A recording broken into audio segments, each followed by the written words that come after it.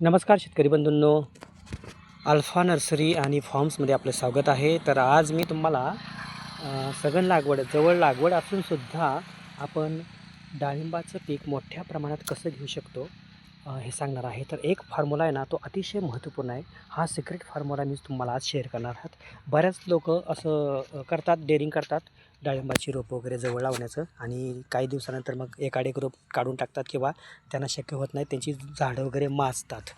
तर मित्रांनो, आता हे रोप आहे, हे काम करता करता ठेवलेलं आहे शूटिंग करण्यासाठी. तर बघा अशा पद्धतीनं ह्याचं डेव्हलपमेंट असं झालेलं आहे. तर फॉर्म्युला असा आहे की आता मी काय करतो आहे हे बघा. फक्त आता बघा, याला एक सिंगल टिग असूनही या ठिकाणी एक ब्रँच आहे, या बाजूला एक गेलेली आहे, बरोबर. आणि पुढे जाऊन याला बघा, ही एक ब्रँच तयार होते. बघा ही एक ब्रँच आहे, बघा ही एक 2 आहे ना, बघा ही एक 3, ओके, बघा ही 4 आणि आत्ता ही नवीन एक 5. नवीन आहे पण याला ठेवावं लागणार आहे आपल्याला. तर आता ह्या ब्रँचला काय होतं बघा, एक जी मेन ब्रँच आहे त्याला जी उपशाखा आहेत पुढं, आहे का नाही, उपशाखेला पुढे काय होतं बघा. आता ही उपशाखा आली, ह्या उपशाखेला पुढे जाऊन काय झालं बघा, ह्याला 2 शाखा आल्यात, बरोबर. तर याला काय करायचं आपल्याला, याचं हे जे या ठिकाणी आपण नखलतो आहे, आता बघा हे नखलण्यासाठी सुद्धा एक विशिष्ट पिरियड आहे. तेवढी लांबी व्हायलाच पाहिजे, जास्त कमी नको आहे आणि अतिशय जास्त पण नको आहे, नाहीतर झाड आहे ना खाली गुरुत्वाकर्षणाच्या दिशेने खाली झुकतं. तर आता हे नखललं गेलं, बरोबर आहे. आता याला काय होणार बघा, या ठिकाणी बरोबर तुम्हाला दिसते हे आता नवीन नवत्या आडव्या आहेत, त्या 8च दिवसात नखलायला येणार. म्हणजे झाड बघा कसं ग्रोथ होते. आता उदाहरणार्थ बघा, आता ही ब्रँच आहे, तर ही ब्रँच पण आपल्याला या ठिकाणी नखलावी लागणार असते. आता ही वरची ब्रँच असते तर आपण याला इथूनच नखलली असते, इथंपर्यंत वाढ झाल्यानंतरच नखलली असते. पण याला अंतर आहे, याला स्पेस आहे, हा राऊंड व्हायला पाहिजे, म्हणून आपण या ठिकाणी ह्याला नखलतो आहे. आता काय होणार बघा, याला जी उपशाखा आहेत है ना, त्या मोठ्या होणार आणि त्यानंतर त्याला नखलायचं. आता हे आहे ना, हे सुद्धा आता तशी वेळ आलेली आहे या ठिकाणी नखलायची. आता या ब्रँचला बघा, याही ठिकाणी 2 पद्धतीनं हे इथं मी नखलतो आहे. याला उपशाखा आहेत या ठिकाणच्या. त्यानंतर आता ही सुद्धा एक आहे, सध्याला गरजेचं आहे. आता या अगोदर या ठिकाणी हे नखललं होतं, हे पहिलंच केलेलं काम आहे, त्यामुळं झालं काय बघा, याला बरोबर आता ही सिच्युएशन अशी आहे, ह्याला बरोबर शेंड्याला नखलणं गरजेचं आहे. याला सुद्धा या ठिकाणी नखलणं गरजेचं आहे. काडी ही पक्व होतेच आहे, त्याचबरोबर शेपसाठी आकारमानासाठी गरजेचं आहे. आता या ज्या ब्रँचेसमध्ये असतात ना, याशिवाय एक्स्ट्रा या ठिकाणी येत नाही, लक्षात घ्या. एक्स्ट्रा ब्रँच त्या ठिकाणी येत नाही. आता कुठून येऊ शकते बघा, आता या ठिकाणाहून एक ब्रँच निघू शकते, या ठिकाणाहून कुठून तरी ब्रँच निघू शकते, याकडे आपलं लक्ष पाहिजे. जर आपलं या ठिकाणच्या ब्रँचकडे किंवा इथूनही हे बघा, या ठिकाणाहून जर एखादी ब्रँच निघाली तर ती आपल्याला घ्यायची नाही, ती ब्रँच आपल्याला घ्यायची नाही. आता ही ब्रँच जरी इकडं असेल तरी याला काढण्याची पण गरज नाही आपल्याला, हा काय मॅटर करत नाही.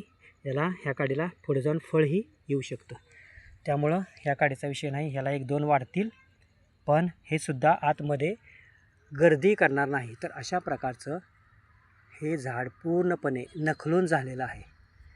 तर ह्या झाडाचं पुढच्या आठवड्यामध्ये बरोबर ग्रोथ होऊन मध्ये स्पेस शिल्लक राहून पुढे जाऊन हे असा क्रॉसमध्ये झाड अशा पद्धतीनं बघा, आता हे अशा पद्धतीनं होऊ शकतं.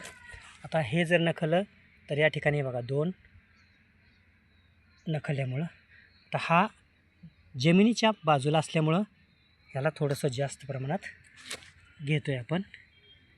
आता हे वरच्या बाजूला आहे, कमी प्रमाणात घेतो आहे. हां, रुको एक मिनिट व्हिडिओ निकालता ना. हां तो नाही, तर या ठिकाणी बघा हे गरजेचं. आता इथं बघा 4 ब्रँचेस आहेत, है ना, 4 ब्रँचेस आहेत. मग काय करायचं, या ठिकाणी हे कमी जास्त घ्यायचं आहे. आणि रुक ना, आणि हे ना, हे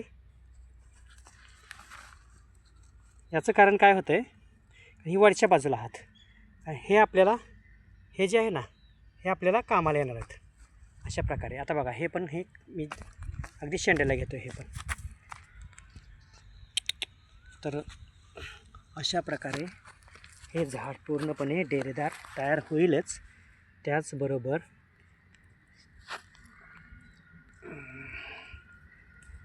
या ठिकाणी पण आहे. चलो, हे फिनिश झालं.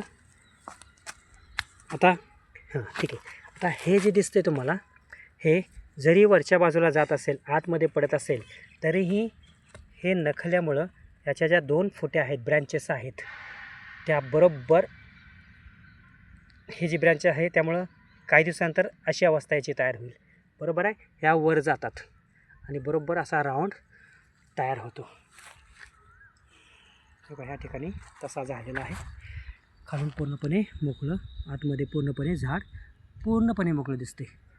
तर हा फॉर्म्युला तुम्ही अगदी महत्त्वाचा लक्षात घ्या. तर अशा प्रकारे जर तुम्ही काम करत असाल तर तुमचं झाड हे ग्रोथ होणं म्हणजे वाढणं, ह्या वाढीमध्ये 2 प्रकार असतात. एक नकारात्मक वाढ आणि एक सकारात्मक वाढ. तर या ठिकाणी नकारात्मक वाढ ही होतच नाही. आतमध्ये बघा, कुठेही तुम्हाला फूट दिसत नाही, कुठल्याही प्रकारे फूट दिसत नाही. बरोबर आहे. आणि आता हा शेंडा थांबलेला आहे. तर या ठिकाणी आता बरोबर काडीपक्व होऊन अशा प्रकारे काडीपक्व होते, जवळजवळ होत आलेली आहे. आणि पुढे जाऊन ह्या बाकीच्या ब्रँचेस आहेत त्याही पुढे जाऊन आपण नखलणार आहोत. आणि त्यामुळं हे झाड न छाटताही आतमधून पूर्णपणे मोकळं दिसेल तुम्हाला. 100% पूर्णपणे मोकळं दिसेल. हवा खेळती राहील. पूर्णपणे हे झाड अजून 1.5 फूट वाढणार आहे. इथंपर्यंत 1.5 फूट वाढणार आहे. तरीही तुम्हाला त्याच पोझिशनला दिसेल.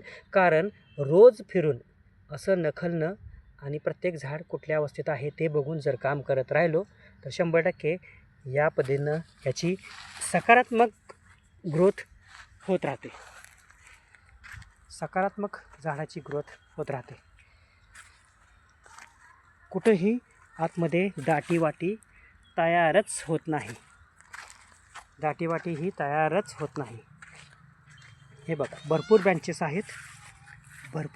आहेत. अजून एवढ्याच याच्या उपब्रँचेस जरी पक्व झाल्या तरी हे झाड भरपूर मोठ्या प्रमाणात कळी फेकायला सुरुवात करतं. मी आणि तुम्ही आहोतच. बघाच तुम्ही कशा प्रकारे हे डेव्हलपमेंट होते. तर या व्हिडिओमध्ये मला हेच सांगायचं होतं की तुम्ही सकारात्मक पद्धतीनं झाडाची ग्रोथ करून घेणं आपल्याला गरजेचं असतं. तर या ठिकाणी छोटंसं हे पिल्लू, छोटंसं पिल्लू हे दिसते. हे आपण वॉटर शॉट म्हणून काढते. त्याचबरोबर आपल्याला आणखी एक आहे, नकोच आहे ते आपल्याला. ओके, चला. तर आता हे सगळं पूर्णपणे आता हे पूर्णपणे काडी पक्व झालेली दिसते आपल्याला. ह्याला आता नवीन फुटवा सुरू होईल. यामध्ये अजून वाफसा कंडिशन आहे त्यामुळं पाणी नाही दिलं गेलं. वाफसा कंडिशनमध्ये असल्यामुळं पाणी नाही आहे. तर पुढच्या अवस्थेमध्ये याला बरोबर अजून 15 दिवसानंतर बरोबर 1 फूट हे झाड तुम्हाला वाढलेलं दिसेल. तर अशा प्रकारचे वेगवेगळे व्हिडिओसाठी तुम्ही नक्कीच सबस्क्राईब करा चॅनलला आणि पूर्ण 100% माहिती मिळवण्याचा प्रयत्न करा. कमी जागेमध्ये, कमी वेळामध्ये भरपूर उत्पन्न मिळवा डाळिंबाच्या बागेमध्ये. यूट्यूबला फार कन्फ्युजन होतं लोकांचं. कोणी काही करतं. महिन्याला लोक छाटणी करतात, कात्र्या घेऊनच फिरतात, जखमा करून टाकतात, तेल्या येतो. तयार झालेली काडी आतमध्ये गर्दे म्हणून कमी करतात, तोडून टाकतात 1.5 फुटाचे. आणि मग नंतर झाड, तयार झालेलं झाड ते संपून जातं. आणि मग नंतर त्यातल्या काही काड्या तयार होऊन मग त्याला पानगळ कर, हे कर, ते कर, असा पाठ राहतो. या ठिकाणी पानगळ वगैरे पार्ट येतच नाही. आपल्याला कुठल्या प्रकारची पानगळ करायची गरज नाही. ऑटोमॅटिक झाड हे खाली जशी जशी काडी पक्व होत जाईल तसं तसं कळ्या फेकत राहतं. मादी कळीचं प्रमाण जास्त असतं. कळी गळणं, कळी लागण्यासाठी औषध फवारणं, त्यासाठी शेड्यूल हे ते असल्या कुठल्याही गोष्टींची गरज नाही. स्प्रेसाठी बुरशीनाशक आणि एक छोटंसं साधंसं कीटकनाशक परफेक्ट फिट. तर धन्यवाद. अशा प्रकारचे व्हिडिओ बघण्यासाठी तुम्ही नक्कीच सबस्क्राईब करा. पुढच्या व्हिडिओसाठी तयार राहा. धन्यवाद. थँक्यू.